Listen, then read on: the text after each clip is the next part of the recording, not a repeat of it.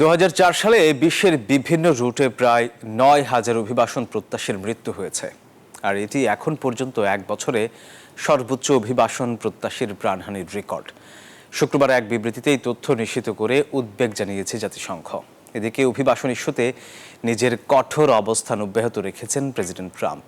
এবার Cuba, Venezuela সহ 4 দেশের 5.5 লাখ অভিবাসীর বৈধতা বাতিল করেছে তার প্রশাসন। অভিবাসন প্রত্যাশীদের জন্য সবচেয়ে ভয়াবহ বছর ছিল 2024। বছরটিতে স্বপ্নের গন্তব্যে যাওয়ার উদ্দেশ্যে বিপদসংকুল পথ বেছে নেয়া অন্তত 8,938 জন পথেই প্রাণ হারিয়েছেন। এক বিবৃতিতে এ তথ্য নিশ্চিত করেছে জাতিসংঘের অভিবাসন বিষয়ক সংস্থা International Organization for Migration IOM বলছে এই অভিবাসন প্রত্যাশীদের একটি বড় অংশ ভূমধ্য সাগরে এশিয়া ও আফ্রিকান উপকূল থেকে ইউরোপের পথে পাড়ি দিতে গিয়ে মারা গেছে। জানায় অভিবাসন প্রত্যাশীদের মৃত্যুর একটি বড় কারণ সহিংসতা। ইরান, মিয়ানমার, বাংলাদেশ এবং মেক্সিকোতে এই ধরনের সহিংসতার জেরে মৃত্যুর সংখ্যা ছিল সবচেয়ে বেশি।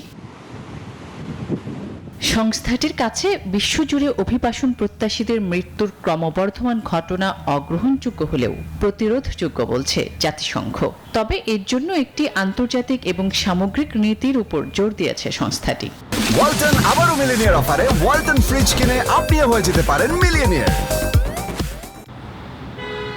এদিকে 4 দেশের প্রায় 5.5 লাখ বৈধ অভিবাসীর আইনি সুরক্ষা প্রত্যাহার করে নিচ্ছে ট্রাম্প প্রশাসন। কিউবা, হাইতি, নিকারাগুয়া ও ভেনেজুয়েলা এই 4 দেশের অভিবাসীদের অর্থনৈতিক স্পন্সরের মাধ্যমে যুক্তরাষ্ট্রে প্রবেশের অনুমতি দিয়েছিলেন সাবেক মার্কিন প্রেসিডেন্ট জো বাইডেন। সেই সিদ্ধান্তই বাতিল করলেন ডোনাল্ড ট্রাম্প।